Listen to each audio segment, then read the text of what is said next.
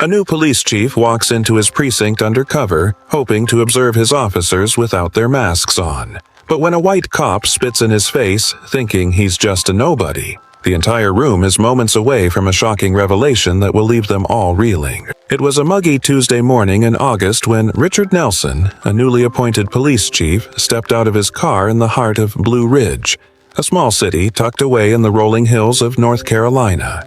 Dressed in a simple plaid shirt, worn jeans, and scuffed sneakers, he didn't look the part of a man who had spent 2 decades climbing the ranks in law enforcement.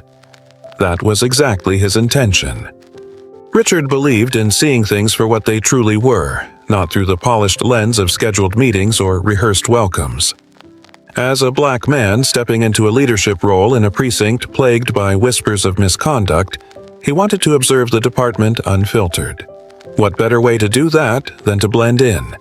The precinct's parking lot buzzed with officers coming and going. Richard scanned the area, noting the casual banter and occasional glances his way. No one seemed to recognize him, which was unsurprising. His appointment had been announced just days ago, and he had chosen not to publicize his arrival until the official inspection later that morning. He adjusted the brim of his baseball cap and took a deep breath. The weight of his mission, to root out the toxicity festering within the department, pressed heavy on his shoulders. He was no stranger to resistance, but he knew this job would test him in ways he hadn't yet imagined. As he approached the building, the faint sound of laughter carried through the air.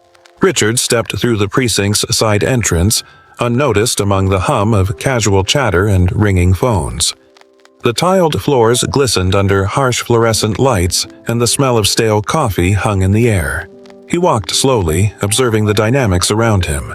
Groups of officers huddled near desks, some swapping stories, others reviewing paperwork. No one paid him much attention, until he paused near the break room. "Hey, you!" A sharp voice cut through the noise. Richard turned to see a white officer striding toward him, a smug grin plastered on his face. His badge read Officer Daniels. Behind him, a few others leaned against the wall, watching with interest. Richard opened his mouth to speak, but Daniels didn't give him the chance. "Lost, are we? This isn't a shelter," the officer said, his tone dripping with condescension. "You need to take that mess somewhere else." Richard froze, the words landing like a punch. He wasn't sure whether to correct the man immediately or let the scene unfold further. Before he could decide, Daniels stepped closer, his voice rising for the benefit of his audience. "Didn't you hear me? Get out of here. We don't need people like you hanging around." Laughter erupted from the onlookers, and Richard clenched his jaw, his heart pounding. He tried to speak, but Daniels leaned in, his face inches away. Then, without warning, the officer spit, straight into Richard's face. Time seemed to stop. Richard's breath hitched as the warm saliva dripped down his cheek. Around him, the laughter grew louder. One officer slapped the table, doubling over in amusement, while another muttered something about showing the riffraff their place. Richard's mind raced. He could feel his pulse pounding in his ears, but he kept his composure. He reached into his pocket, pulling out a handkerchief to wipe his face, his movements slow and deliberate. "Is this how you treat everyone who walks through these doors?" he asked, his voice calm but firm. Daniels smirked. "Only the ones who don't belong here." The group burst into laughter again, but Richard said nothing. Instead, he turned and walked down the hallway, leaving the officers behind. As he headed toward the precinct's main office, an intercom crackled to life, calling all personnel to the briefing room. It was time.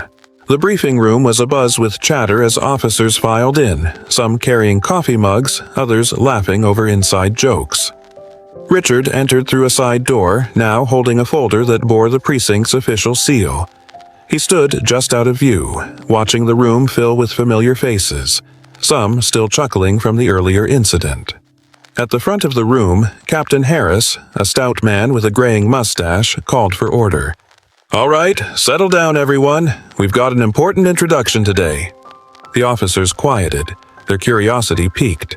Daniels leaned against the wall, his arms crossed, a smug expression still plastered on his face. The man was clearly enjoying his morning.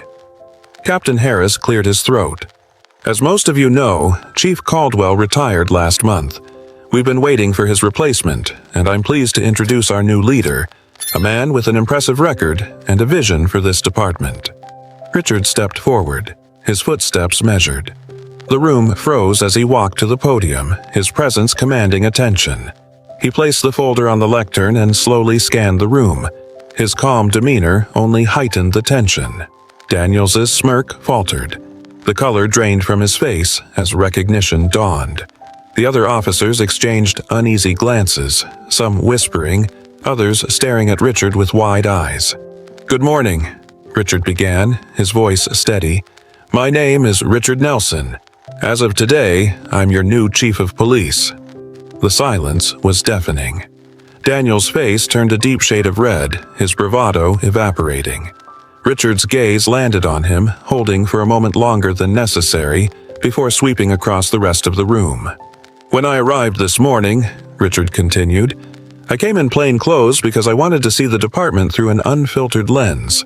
What I witnessed was eye-opening." A murmur rippled through the crowd, but Richard raised a hand to silence it. "In my brief time here, I've already seen behaviors that are not just unprofessional but downright unacceptable. Let me make one thing clear. The culture that has been allowed to fester here ends today." The room remained eerily quiet, the weight of his words sinking in. Daniels shifted uncomfortably, his eyes darting to the floor. Richard took a step closer to the edge of the podium, his tone sharp but controlled. "Respect is not optional. It's the foundation of what we do as law enforcement. Without it, we fail, not just each other, but the community we serve." He let the silence hang for a moment, watching the officers squirm under his gaze. "This morning, some of you laughed at what you thought was just another powerless man being put in his place. But let me remind you, everyone who walks through those doors deserves respect, whether they're wearing a badge or not." His words cut through the room like a blade. No one dared to move. Richard let the silence linger, his gaze unwavering.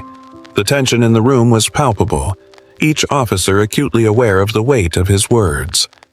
Daniels shifted again, his discomfort evident as beads of sweat formed on his brow, but Richard wasn't done. "I understand that change is difficult," he said, his voice steady but laced with authority. "But let me be clear. There will be no tolerance for behavior that disrespects the dignity of any individual, whether they are a colleague, a civilian, or anyone else." He stepped down from the podium, walking slowly toward the officers. His presence was commanding, yet his tone carried a controlled intensity. "Officer Daniels," Richard said, stopping just a few feet away from the man. Daniels flinched, his bravado from earlier completely dissolved. "You," Richard continued, locking eyes with him, "represent everything that's broken in this department. When you spat in my face, it wasn't just me you disrespected. It was the badge, the oath, and the community we swore to protect." Daniel stammered, "Chief, I didn't know." "That's exactly the problem," Richard interrupted, his voice sharp. "You didn't care to know. You didn't take a moment to think before you acted, because you assumed that man standing in front of you didn't matter. And that assumption is why this department has lost the trust of the people it serves." The room remained silent, every officer frozen in place. Richard turned his attention to the rest of the group. What I witnessed wasn't just one man's mistake, it was a culture. A culture where bullying and prejudice are not only tolerated but celebrated. And that stops now. He stepped back toward the podium, his voice rising slightly. "I've spent my career fighting for justice, not just in the streets but within the walls of departments like this one. Change isn't easy, and it won't happen overnight. But I promise you this. As long as I'm chief, this precinct will operate with integrity, respect, and accountability." Richard paused, letting his words sink in. Then, with a slight nod toward Captain Harris, he concluded, "Effective immediately. Officer Daniels is suspended pending an internal investigation. And for those of you who think this is just a slap on the wrist, think again. This is the first of many changes." Gasps rippled through the room. Daniels' face turned crimson, his jaw tightening as he avoided the stares of his peers. Richard, unfazed, stood tall. "This isn't about punishment," he said firmly. "It's about setting a standard. If you're not willing to rise to it, this isn't the place for you." He glanced around the room one last time, his eyes locking with each officer's. "If you're ready to do better, to be better, then we'll move forward together. But know this, I will hold you accountable every step of the way." The meeting ended with a heavy silence, officers shuffling out of the room without their usual chatter. Richard remained at the podium for a moment, watching as Daniel stormed out, his face a mix of embarrassment and anger. The other officers avoided eye contact, their expressions ranging from guilt to quiet contemplation. Back in his office, Richard sat down at his desk, exhaling deeply. He knew this was just the beginning. Years of entrenched attitudes wouldn't change overnight, and for some, they might never change at all. But he hadn't come to Blue Ridge to make friends. He came to make a difference. The phone on his desk rang. It was Captain Harris. "Chief, I wanted to say, you handled that better than most would have," Harris said, his voice tentative. "Thanks, Captain," Richard replied, "but the real work starts now. I need a full review of Daniel's history on my desk by tomorrow. Complaints, incident reports, everything." "You've got it," Harris said before hesitating. "And, Chief, I think you shook a few of them today, in a good way." Richard hung up, allowing himself a brief moment of satisfaction before diving into the mountain of paperwork in front of him. Over the next few weeks, the precinct was a different place. Officers who once laughed at Daniel's antics now avoided him altogether, whispers of his suspension spreading through the department. Richard made it a point to walk the halls regularly, greeting everyone he passed, his presence a constant reminder of his leadership. Some officers took the change to heart. Officer Reyes, a younger recruit, approached Richard one day, admitting that she'd been complicit in the toxic culture out of fear of retaliation.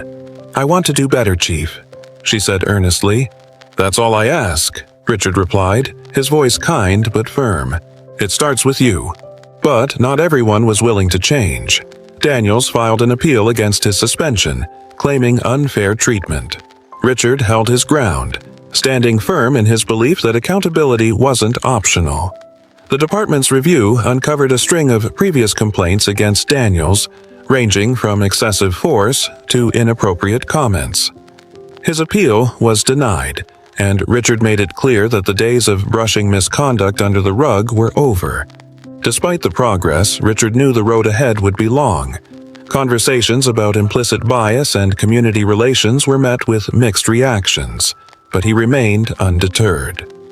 Each small victory, a recruit speaking up, an officer rethinking their approach, was a step toward something greater. One morning, Richard attended a community event where he met a young boy who shyly approached him. "Are you really the chief?" the boy asked, his eyes wide with wonder. "I am," Richard said with a smile. "My dad says the police don't care about us," the boy said, his voice barely above a whisper. Richard crouched down to meet his gaze. "I can't change the past, but I promise we're working to do better," he said gently. "And if you ever need help, you come find me, okay?" The boy nodded, a small smile breaking across his face. It was moments like this that reminded Richard why he had taken the job in the first place. By the end of his first year, the precinct was far from perfect, but it was undeniably different. Officers who couldn't adapt were gone, replaced by recruits who shared Richard's vision for a fair and respectful department. The community, once skeptical, began to see signs of change, a renewed effort to build trust and bridge divides. Richard stood in the precinct's main hallway one evening, watching as officers filed out after their shifts. The laughter and camaraderie felt different now, not at someone's expense, but genuine and inclusive. He knew there would always be challenges ahead, but for the first time he felt hopeful. Change was never easy, but it was worth every fight.